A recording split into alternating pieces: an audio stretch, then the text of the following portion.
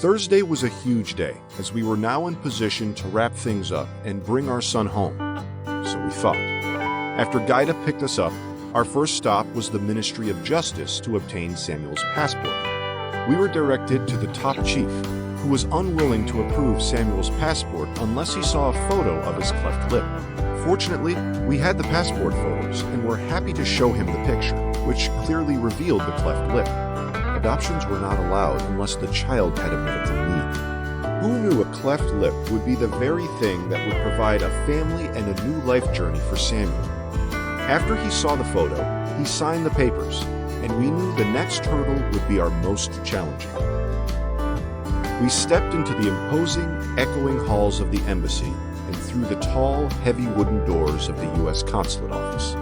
My adrenaline was flowing, not knowing what was about to transpire. We were directed to a meeting room, and at 3 p.m. sharp, Jeff walked in. The meeting seemed to begin well, and we tried our best to be friendly and personal.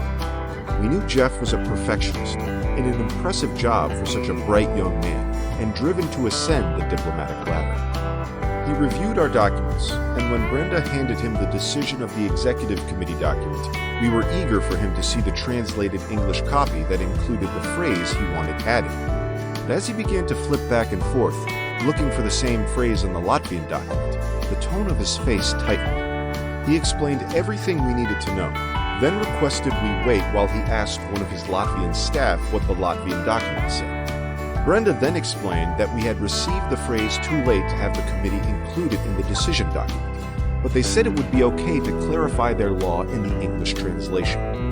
Jeff quickly dismissed us as he said, "I need to check with the Helsinki embassy about this." At that point in time, all travel in and out of Latvia had to pass through the Helsinki embassy. The Latvian embassy was a satellite of the Helsinki embassy. Sitting nervously in the waiting area, we wondered what might happen next. In a few minutes, he returned and called us up to the clerk's desk, standing intimidatingly high, looking down on us through glass barriers. He immediately started in. "First of all, I have done nothing but try to help you, but you are trying to deceive me with this fraud. I was not obligated to do anything to help, but here you are trying to take advantage of me." The longer he talked, the less patience I had. Finally, I could not hold back any longer and told him that his help, though appreciated, had not been soon enough. "Why?" I asked. "Was the statement not ready for us on Monday when we first arrived?